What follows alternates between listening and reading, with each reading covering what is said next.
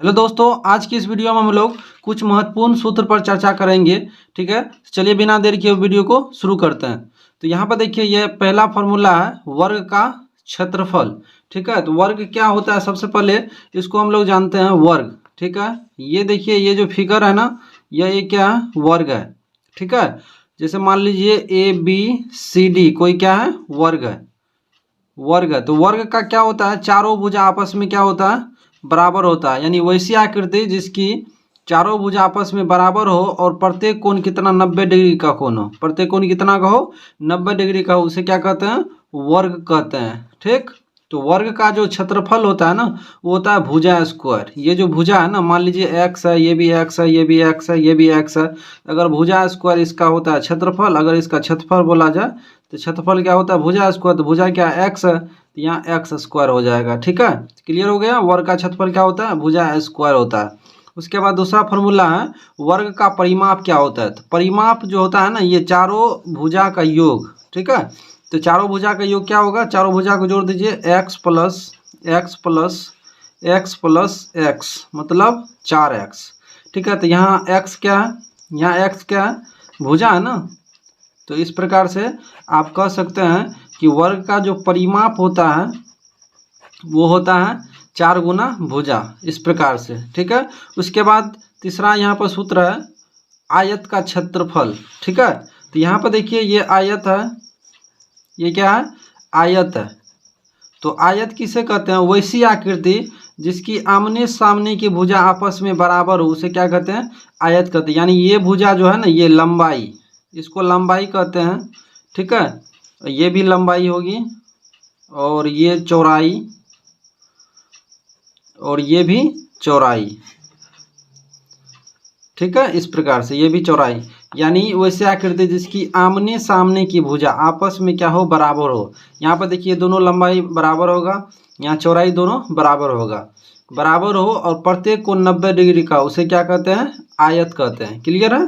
तो आयत का क्षेत्रफल क्या होता है, लंबाई गुना चौड़ाई। ठीक है, लंबाई या गुना चौड़ाई। आयत का क्षेत्रफल क्या होता है, लंबाई गुना चौड़ाई। उसके बाद आयत का परिमाप। तो आयत का परिमाप क्या होता है, इसको जोड़िएगा। ठीक है, लंबाई प्लस लंबाई, चौड़ाई प्लस चौड़ाई। तो 2 लंबाई होगा और 2 चौड़ाई, तो उसमें से 2 कॉमन ले लीजिएगा, तो क्या बचेगा, 2 इंटू लंबाई प्लस चौड़ाई। क्लियर है। तो अगला फॉर्मूला है 5 नंबर का समलंब चतुर्भुज का क्षेत्रफल। ठीक है, तो समलंब चतुर्भुज क्या होता है, सबसे पहले ये जानते हैं। ठीक है, तो ये जो आप फिगर देख रहे हैं, ये समलंब चतुर्भुज का है। ठीक है, ABCDE। ठीक है, ये जो है, ये ऊंचाई है और ये दोनों भुजा आपस में क्या होता है, यानी CD भुजा, यहाँ पर जो है CD भुजा, वो AB भुजा क्या होगा, समांतर होगा।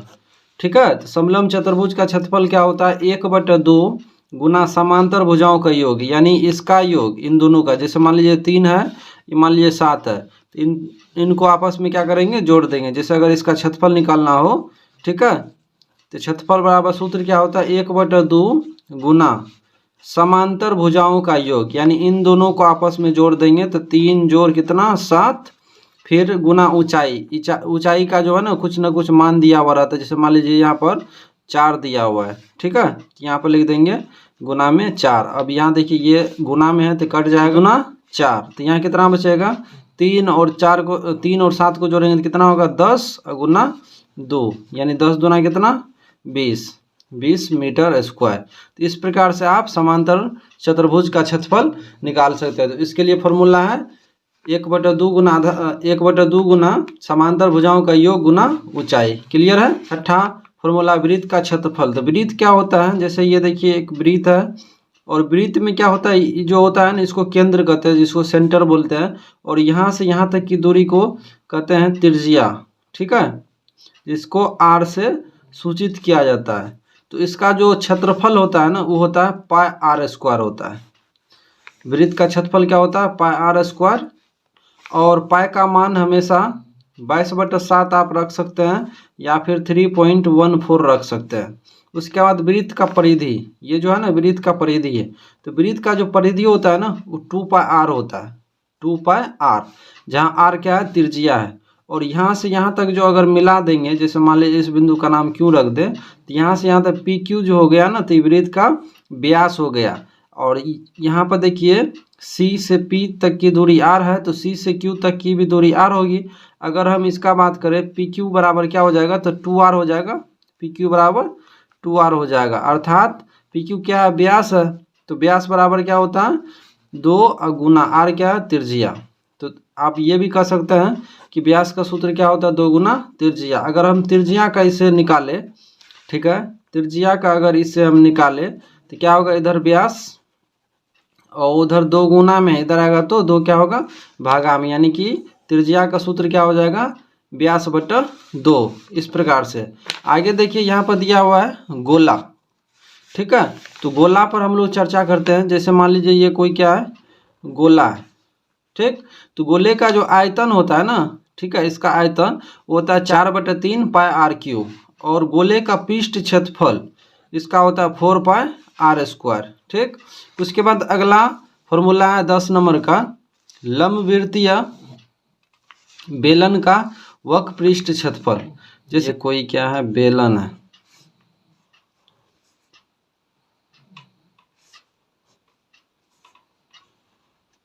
ये कोई बेलन है, ये उसका ऊंचाई होगा और ये क्या होगा, त्रिज्या होगा।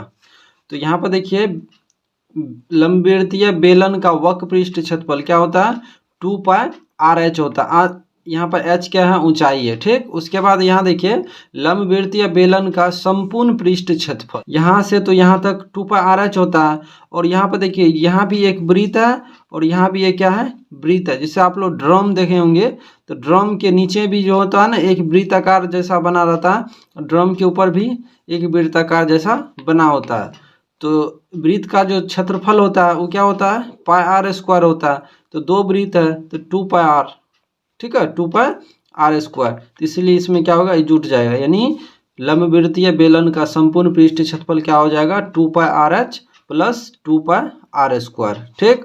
उसके बाद इसका आयतन होता है, लंबवृत्तीय बेलन का आयतन बराबर पाई आर स्क्वायर एच। क्लियर है। अगला है यहाँ पर लंबवृत्तीय शंकु का आयतन। तो शंकु का जो फिगर होता है कुछ इस प्रकार से होता है, ये इसका ऊंचाई होगा और यहाँ से यहाँ तक इसका आर, ठीक है, त्रिज्या, ठीक है। तो शंकु का आयतन क्या होगा, 1/3 पाई आर स्क्वायर एच, और लंबवृत्तीय शंकु का वक्र पृष्ठ क्षेत्रफल क्या होगा, पाई आर एल। और 15 नंबर का यहाँ पर फॉर्मूला है लंबवृत्तीय शंकु का संपूर्ण पृष्ठ क्षेत्रफल। तो शंकु का यहाँ से यहाँ तक तो होता है पाई आर एल, ठीक है। और यहाँ पर देखिए पेनी में क्या है, नीचे में एक वृत्त है, तो वृत्त का क्षेत्रफल क्या होता है, पाई आर स्क्वायर होगा। तो ये दोनों आपस में क्या होगा, जुड़ जाएगा। तो इस प्रकार से आप लोग याद रखिए लंबवृत्तीय शंकु का संपूर्ण पृष्ठ क्षेत्रफल क्या होता है, pi r l plus pi r square, ठीक। उसके बाद यहाँ पर देखिए घनाभ है 16 नंबर में। तो घनाभ का फिगर कुछ इस प्रकार से बनता है, ठीक है, ये घनाभ हो गया इस प्रकार से। तो घनाभ का जो होता है ना आयतन, एल बी एच होता है। एल क्या है, एल है लंबाई, एल क्या है लंबाई, और बी क्या है, बी है चौड़ाई, बी है चौड़ाई, और एच क्या है, एच है ऊंचाई, एच क्या है, ऊंचाई है। एल बराबर लंबाई, बी बराबर चौड़ाई, एच बराबर ऊंचाई। तो इस प्रकार से घनाभ का आयतन क्या होता है, लंबाई गुना चौड़ाई गुना ऊंचाई। उसके बाद है घनाभ का संपूर्ण पृष्ठ क्षेत्रफल। तो घनाभ का संपूर्ण पृष्ठ क्षेत्रफल होता है 2 इंटू लंबाई, ठीक है, प्लस गुना चौड़ाई, प्लस चौड़ाई गुना ऊंचाई, प्लस ऊंचाई गुना लंबाई। या आप लोग ऐसे याद रखिए 2 into L B plus B H plus H L. बस आपको एक चीज़ याद रखना पड़ेगा कि एल होता है लंबाई, बी होता है चौड़ाई, और एच होता है ऊंचाई, इस प्रकार से। उसके बाद आगे है घन, ठीक है, घन का आयतन। तो घन क्या होता है, जैसे इस प्रकार से ये वर्ग है ना, तो वर्ग में ऐसे घन बना दीजिए इस प्रकार से, ये घन हो गया, सॉरी यहाँ नहीं होगा, ये घन हो गया, क्या हो गया, घन। तो घन का जो होता है ना, इसमें भुजा होता है, ये क्या है, भुजा है, इसमें सब भुजा है। तो घन का आयतन क्या होता है, भुजा क्यूब होता है। और घन का संपूर्ण पृष्ठ क्षेत्रफल क्या होता है, 6 गुना भुजा स्क्वायर होता है। ठीक, उसके बाद आगे क्या है, समबाहु त्रिभुज का क्षेत्रफल। तो ये जो आप फिगर देख रहे हैं ये क्या है, समबाहु त्रिभुज है।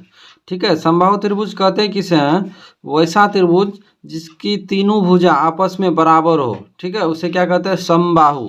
ठीक है, समबाहु नाम से ही स्पष्ट होता है। ठीक है, समबाहु, सम मतलब समान, सम मतलब समान, और बाहु मतलब भुजा, यानी जिनका तीनों भुजा आपस में क्या हो, बराबर हो, उसे क्या कहते हैं हम, समबाहु त्रिभुज कहते हैं। क्लियर है। तो चलिए यहाँ पर देखिए, ये इसका ऊंचाई हो गया। ठीक है, इस प्रकार से। तो इसका जो होता है ना, और ये इसका तीनों क्या होगा, भुजा होगा। ठीक है, और आपको मालूम होना चाहिए समबाहु त्रिभुज का तीनों भुजा आपस में क्या होता है, बराबर होता है। क्लियर। तो इसका फॉर्मूला क्या हो जाएगा, यानी क्षेत्रफल का √3/4 गुना भुजा स्क्वायर हो जाएगा। क्लियर है। तो इस प्रकार से आप लोग याद रखें, समबाहु त्रिभुज का क्षेत्रफल √3/4 गुना भुजा स्क्वायर। उम्मीद करते हैं कि आप लोग अच्छे से समझ गए होंगे। आप लोग ये जितना भी फॉर्मूला भी हमने बताया उसको आप लोग याद कर लीजिए, क्योंकि बिना फॉर्मूला का आप सवाल नहीं बना सकते हैं। चलिए भाई, फिर मिलते हैं नेक्स्ट वीडियो में, तब तक के लिए बाय बाय।